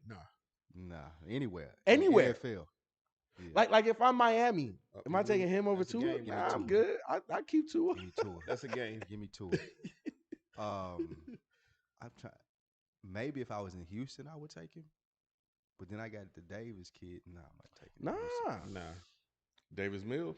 Yeah, I take him over Baker Mayfield. Yeah. Yeah, there's literally this year, there's literally no place to go. New Orleans? Unless someone goes down. New Orleans? You got Nah, they brought back Winston. Jameis. They just brought back Yep. Winston. I take Baker Mayfield over Jameis. I ain't gonna lie. I would do that. Yeah, I I take don't know Baker about that Mayfield one. over Jameis Winston. I don't know about that one. Bruh, no way. I don't know about that one. Dog. Tripping. I'm sorry. I don't know about that You one. tripping. I'm sorry. It ain't an upgrade, and I wouldn't pay him a whole lot of money. If I get him for the same price, then yeah. But if I'm getting Jameis for cheaper, I take him. But I don't know. I just don't like. I don't like Jameis. All right, so let's hit the check boxes. Who got better arm strength? Jameis. I already see what you're finna do here. You ain't even got to go all the way. Everything was gonna be on It's gonna be Jameis. Oh no, I'm not big on Jameis. Who likes Winston. who eat the most seafood? James Winston. Who better with crab? Now here's the thing. Now the interesting one is Sam Darnold. That's the interesting one because to me they damn near the same guy. Yeah, That's that's the only that's So repeating Carolina. itself. But you got Matt Corral there now, so you don't need Mm-mm. you don't. And that was the thing. He was in the mix for a while. Mm-hmm. They were saying, but when those quarterbacks started to drop, that's when Baker Seattle dropped out of the mind. Seattle got Seattle- Geno Smith as A1. No, Drew Lock. But Geno Smith won going into the. They count Drew Lock as their one. I don't think. I like Geno, but I think they're counting Drew Lock as their one. I think when too. Geno They said took that- over, like Yeah, he he proved came in himself. those 3 games. And remember, Mhm. he went played 20 well. for 24. Mhm. Yeah, he played well. They said that Pete Carroll. They said the reports are that Pete Carroll wants to prove that good defense, him, and anybody, not just Russell Wilson, could win there. So he's thinking about going with Geno. What? But Geno's better than Drew 'Cause- Lock. Geno, maybe I'm in the minority Now, here. Drew Lock sucks. You're right. Lock sucks. Drew Lock, he has a couple of good. The best thing about Drew Lock is he does have a pretty good arm. Outside of that, there's nothing special about the guy, and I don't think Geno is special. I definitely think Geno got the tail end of the whole Rex Ryan situation with the Jets. He got Got back into the NFL as a backup. We really hasn't seen him. But when he came in, he looked like he was ready for the moment. Like it wasn't too big for him. That's true. So to me, I'd rather take that little sample size I had of Gino Over Drew versus anything Drew Lock showed me. ever. That's including college, everything. All of it. I Pop agree with that. Warner, all of it, dog. Like, nah. That's Nah. a fact. let They're me wearing see. Chris Paul out on defense. They've been going to him since the game started. Look how he looking like, y'all ain't gonna help me. He was looking up. He looked it help up. me. Brunson, Doncic, it don't matter. He was saying, "Where my mom?" Rob, what up, Rob Costa? Rob said, "Tom Brady joining Fox News. Who's surprised?" I was surprised at that price tag. Like I don't even That's know. up there. I don't even know if Tom Brady is good at calling football games. No, You don't have to be. No, You hold just on. gotta tune in. Let me tell you something. Quarterbacks have a big advantage to calling games because they see they see Romo it before it shit. happens. Yeah. Tony Romo, in my opinion, from the players that are at Tony calling the game is the best. You know how many times he'll be like, "Oh yeah, in this situation, this is what we And would that's run," what and that's what happens. He put you inside the helmet. He put you. Tom Brady, Yeah. bro. What do you mean? Yeah, you can't If we're get- talking Tony Romo knows how to, how are we saying that Tom Brady, bro? Tom Brady doesn't have to be that charismatic. Tom Brady is going to tell you how the game's going to play out. I want him to be charismatic. I would hope he would be. I hope so, too. I think he might. I entertaining. actually think he might be. Yeah, good at that's the it. only reason I think they give him that kind of money. He does have good personality. Like his I- TikToks yeah. and shit like that. He kind of I funny. never watch him. He on kind of funny. social. Like he did a little thing about the tuck shit, the tuck rule, Mm. and they would like tell one truth, and they did the whole thing. He was like, it was a fumble, but like joking around and shit. Yeah. He got some personality, some different shit. The You know, NFL needs something like NBA on TNT. They need a cast like that Mm-hmm. that So- really so- can so They carry. used to have it on. I think Countdown used to be real good. Like but it's been a while though since the Countdown. Has But been good. I want it like that. Oh, you wanted like the real like Yeah, Barkley. like- you ain't gonna, So the who NFL would too you want buttoned on up for that? The NFL too Who buttoned would up for be? that. That's the question. Chris Carter? Y'all can answer For the that in the NBA? chat too. I thought he said an NFL version Oh, you said of it. Yeah, NFL, NFL version version of the of Chris the NBA. Carter NBA for sure. tonight. Got you. Yeah, it had to be dudes that's gonna be 1,000% real. Yeah. And Dion, street. Yeah. Dion, Dion 100. Irvin, Michael Shannon. Irvin. I take Shannon. Yep. Yeah. Yep. Yeah, All of the biggest shit talkers. Yeah. Mm-hmm. Facts. Yep. that's it. Dang, who else? So we said Shannon Sharp, Prime Time, Chris Carter. So we need one more. You need an old head. You don't like Michael Irvin? He too much. Too much. You already got Shannon, so you don't Yeah. need to. You ain't gonna never get a I point. want You an never old get a point head across. that's like how You Barkley need somebody is to an old corral head. it, everything like Ernie do. Like Oh, you Yeah, do you need do an need a Ernie. host. everything in like Mm-hmm. you know. You do need an Ernie. I don't know who the host would be. Ernie is hard to replicate. Ernie Yeah. He's so good. at is his the job, the man. man. He the wheel that So makes that good at thing. his go. And job, bro. he's that guy. His- That's one. I've met Ernie before, and that's one guy I respect over. Yeah. They be throwing him so many curveballs, and Yeah. it's so He much just keep it shit straight. that Yeah. He keep it Yeah. straight. power And he too, keep it. bro. Yeah, Yep. he keep them in Yeah, the road. that shit He's is- driving the that shit bus. is Yeah. And he's amazing, keeping man. them, Yep. in the road. I like the addition of Shaq. I would have loved Kobe on that show. You know what? Man. You know where I loved Kobe more, like in the detail shit that he was When doing. he was drawing out Details plays was and Yes. shit like that, that was fire. Yes, to me, because when you have a mind like Kobe, it's about the details. So I love when he would nitpick players and this is the reason why and shit like that. Like the overview shit is cool. I would have liked to have him, every now and again, but I really liked him in the detail stuff. Mm. Have y'all heard AI on the detail shit? Mm-mm. I didn't AI say that. did. Who was it on? It was on John Morant. He did one on John Morant. I bet that was. Yeah, he was talking about, every 10 or so years, you get a dude that just, you can't guard him. He's like, that's this boy right here. You know who would be good on that show that people don't hardly ever talk about? You made me think about it. Is Ed Reed. Oh, hell yeah. Ed Reed will probably give you some shit that like Yeah. you because I know Peyton Manning and Tom Brady both say that's the best defensive player I ever played. Yeah. It's like Mhm. period. So Mhm. I would love to hear Ed Reed break some shit down. Oh, Damn, yeah. over Ray Lewis? Yeah. because that's what they were saying. Was you joking? You was joking. Nah, he He ain't said that joking. with a straight face. He ain't joking. Like he was gonna get me to explain too. You was about to. You I was. He almost had me. He almost had me. But yeah, they said that Ed Reed just always knew where to be, and in the sense of he would bait fool you. him into Yep. thinking that I'm in the wrong spot to get to the Mhm. right spot. Yeah. Mhm.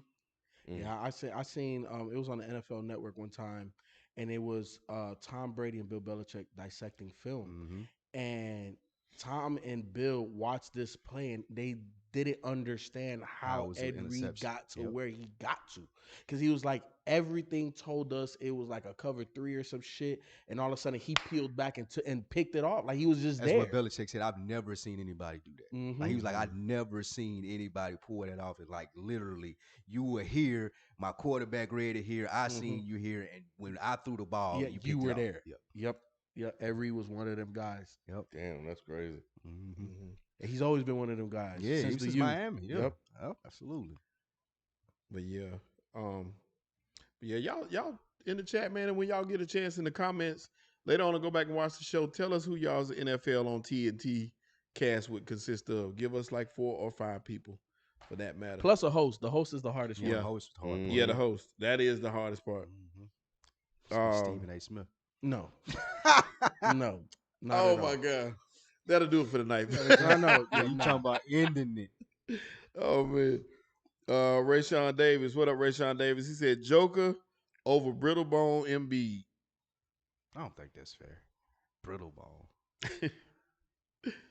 Yeah, he played. He's been a warrior these last 2 years. He's played I mean, through injury. So he has, but Miami may end up winning the series because they didn't have him in the first two games. True. You know, but you know it is what it is at this point. that guy That man right there hitting is practice shots. There's nothing you can do with that. There's nothing you can do with that game. Mid range. Let me see what else I got. Arthur, once again, what up, Arthur? Arthur said the thing about Tatum is when he has a bad game, he has a horrible game where he doesn't affect anything positively, and superstars cannot do That's that. it. That is exactly it. Because he'll have like 10 points and didn't do anything. Yeah, Yep. yeah. That is exactly it. Why he ain't at that next level yet. That's where Phoenix is kind of frustrating to me. They don't put Ayton in position to make the plays that he needs to make. Yeah, and Ayton these should- aren't natural possessions that they're giving him. Mhm. I feel like, you know, he got the face up, you know, he got the little jumper and shit like that. He got a little bit of a hook shot, but they don't run offense for him. Yep. And now they're trying to get him the ball, but you know, it's a little bit more forced. They used him a lot better last year than they did this year. 100%. So do you think they pay him? They should. Yeah, they got They you. should. That's the big I would. question. And the crazy part is he was the number one pick over he was the number one pick. We Luka. never talk about him. Mm-hmm. You know, it's like CP3 came on and got this thing out of him, but you know, that was it. Yeah. And he's the third player on that team that we talk about. Mm-hmm. And the thing about it is, like I said, I would use that tandem right there, him and Booker. I would, the times when CP sits, I would run through those two. We'd be running pick and roll all day long. And if otherwise, I'd be doing, running some type of offense trying to get Booker the ball. But I would really try to focus on him a lot more than what they do. This is the time when Luka struggles a little bit. Yeah, he gets into this hero ball thing where he wants to start just trying to go for the highlights, you know.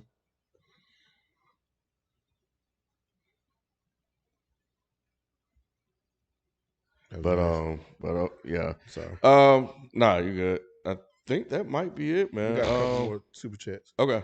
CD Styles said that fan, talking about the fan that pushed his mama foul out just like CP3. So drink more water. Drink more water. What's happening? Drink more water said sort of out of left field. What do you think of the MLB season so far? 1 month in the season, the league batting average is 233, which would be the lowest ever. They said they changed the baseballs. They were complaining about some of hitters were changing about that there was some change in the baseballs, and in baseball didn't, as a league, didn't say anything about it. The second time this happened, to say in the last 15 years. I'm actually playing fantasy baseball this year, so I'm trying to catch up on all the changes that has happened. I think they need to get new talent out. I have noticed that they're not hitting the ball well. I didn't know it was like 230 something. That's fucking horrendous. Yep. That's bottom of the order. You know, Facts. so and if that's what the league is, who want to watch that shit? Right. You don't want to see no 100%. Mhm. So that's pretty damn bad. Mhm. But yeah, I'll see if I can get Manny to give us an update on what he thinks about Major League Baseball so far through the first month. You should be happy. I think the Mets are doing well. They are. They are. Yeah, they So far, they but on it. Yeah. they'll do this and then they'll They go do through this. a They did it losing last streak. year. Yeah. I'll never forget. I think they were up 13, 14 games over Philly one year. It was like early 2000s. And they proceeded in that last month to lose damn near every Every single game. game it was and lost the division. I don't even Yeah. think they even made the playoffs. Yeah, It was pathetic. they set Manny up for failure. They led for the majority of the year last year. Then the Phillies came out and the Braves just started killing them down the stretch. Baseball is weird like that, Sure man. is, Like yeah. you could be shit. Then you just catch fire, and next Yeah. thing you know, you moving on. Somebody Yeah. in the chat said Rich Eisen would be a good host. Yes, for that show. Yeah. that was one of the super chats that Yeah, came up. that I was would be going to get good. to it. Jordan I like said Rich. Rich Eisen, I like and that Rich. he would be good. But yeah, baseball is like that. Baseball is one day you out there. I've started to enjoy baseball more if I gotten older than I used to. Cause I can watch a game just like in passing more so, and just because it's on every Mhm. night. Yeah, I you know what I'm watch saying. a You watch game. 2-3 Yeah. innings, I can't watch it on TV. and you're I gotta be there. Being there is a lot yeah, better. I'd rather be there. Yeah. I can't do it on TV. To me, some of the best sport team like you can watch as far as like baseball in October when it get like Oh to yeah, the World playoffs Series. and shit. Yes, I'll That watch a shit is playoff so, baseball like game. that shit is like You you, feel- locked in. You feel it Yeah, every pitch. every dude. pitch. That You shit feel is that still pressure. some of the best Yep. sport you can watch. This is sports related, but it's not. I saw that EA lost FIFA. Did they? They did. I thought I saw that they lost FIFA, bro. That's big because be you huge. I know that's you- one of the that'd top be selling games. huge. well, not even from that aspect. EA uses FIFA for all of their architecture, like all Yeah, of their like what it's design. based So in. like the Madden is based off of stadiums and FIFA. stuff. Yep. They did. Wow. Yeah, but this was back. I don't know why I'm just now seeing this, but So they just lost exclusive rights. EA Sports loses rights to FIFA brand. this for was actually soccer way back video in games. February. How am I just now? That's crazy. Oh, okay. Now, There they was had an an update update today. that came Yeah. out that IGN posted where they were explaining why it's dropping the FIFA license. And they did that. Okay, so they did it on the earnings call today. That's why it came up. So yeah, and they were talking about it in the market. So yeah, because all that stuff is related. So but yeah, So is 2K Sports gonna now have so what does that mean for soccer games? Does that mean that now other gaming entities will be able to license a soccer game and call it FIFA or use FIFA and its players and its likeness? let's see here. Let's see. EA Sports VP says the deal with FIFA wasn't just for the name, but included a set of licensing restrictions that EA no longer has to abide by. I guess they're trying to. It says EA Sports FC video games are expected to largely remain the same as FIFA releases due to more than 300 licensing agreements EA has with clubs, leagues around the world. But FIFA events like the World Cup will no longer be included on the game. So you're going to have the same teams and shit. You just ain't going to have nothing sponsored like the event that come through every time. Yeah. And EA with the NIL stuff, the NCAA coming back. Yes, I was about to say. Right? Yeah, I'm excited about that. They're bringing back college basketball and football. Yeah. And does I don't play FIFA, so I don't know if this is a dumb question or not, but do they include like the American teams too? Mm-hmm. You can play. What's Like, the name of this league? I can't even think of the name of this league. What the hell? But yeah, Atlanta United and the all United, those teams, they're on there. So they on like there. the lower tier though. It's cool. That FIFA, I don't even follow soccer, but I bought it. I got into it for maybe 2-3 years straight while I bought it. It's a fun ass game, man. That Really? shit, yeah. It's like I don't understand it, bro. I don't understand the sport, like how to score. I tell you what. When you were young, you had a Sega. Yeah. Did you play NHL '95? I remember everybody had that NHL game. I didn't play it. Bro, I had that game. I didn't know shit about hockey, but it was a fun ass game. Oh, Blades of Steel. I remember that. That's old. That's old. Only the old G's would know that. But my point is, like, once you pick it up and start playing it, you gonna get it. You'll get the schemes. You'll be just like you playing Madden, bro. I promise you. It took me like maybe 2 weeks to be like, oh, okay. Get in the league, figure out the players, understand how to relegate and how you sign the different free agents and shit, and you'll be just as locked in like you are on 2K and Madden. So does that make you watch it more? No. Oh, absolutely not. I tried. I thought I was gonna be locked in, like, oh yeah, I know him, but I was like, nah. I like watching the World Cup though. That's it. Yeah. I can watch the World Cup. I think everybody pretty much. Well, not everybody. That's the most popular. No, that's the most popular sporting event, even over the Olympics. The World Cup is. Yeah, I used to do the same thing with hockey. I didn't know shit about hockey, but I would buy the damn game and play that shit, bro. Yeah. Oh yeah! Shout out to Monty Williams for winning Coach of the Year. I forgot to include that. He deserved it this year late, but better late than never. Should be a 2-time winner, to be honest. Yep. Was that it? I think we got one more. Okay. Drink more water. Drink more water said the Mavs are using the strategy the Bucks used in the finals against CP3. Go at them all game on offense and wear them out come the fourth quarter. Yep. That's brilliant. Yep. It is brilliant. Some people named a couple more names I was just going to mention. They said Steve Smith. I like Steve Smith talking football. I like Steve Smith. Yeah. He'll tell you what he feels, and he's brash like it was when he was a player. There's gonna be a fight on the set at some point though, Steve Smith. And they also said that's bad. They also said Greg Olsen. Nah, Greg Olsen. I don't like Greg Olsen. Bro, I do like his analysis, but you know who I think personality wise would be very interesting in that cast? Marshawn. Ooh. They said Marshawn too in the chat. Marshawn's personality. That's the Charles Barkley of it. Yeah, you're right. Yeah, that is. I love to see that. Yep. That's a fact. They also said Talib. Yeah, he's good. He's good too. I like him when he doing the play-by-play. You're right. It kind of street. It ain't the same. Yeah, it give you a new. Like it's like you listening to your homeboy call the game. Yeah, it really is like listening to your homeboy. That's true. I think I'm gonna have to think on that. Like I said, if y'all get a chance, man, go leave your comments on the YouTube channel as to who you think would make the perfect host for NFL on TNT show. Yep. That's it. All right.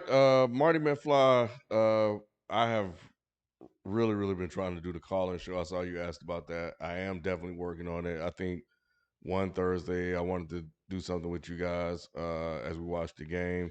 But then we ended up recording something else. But I am working on that to get you guys on here for the members. So yeah, just stay posted, man. I'm trying to make it happen. But we thank you guys for coming through, man, and kicking it with us. Spike, thanks for coming through and joining with us. I appreciate you guys having me. It's always a pleasure. Anytime. And we'll catch you guys next time. We out. Peace. Hey, Marty McFly, we're going to continue that conversation too later. We got to continue that. I thought you were talking about he said like the older generation calling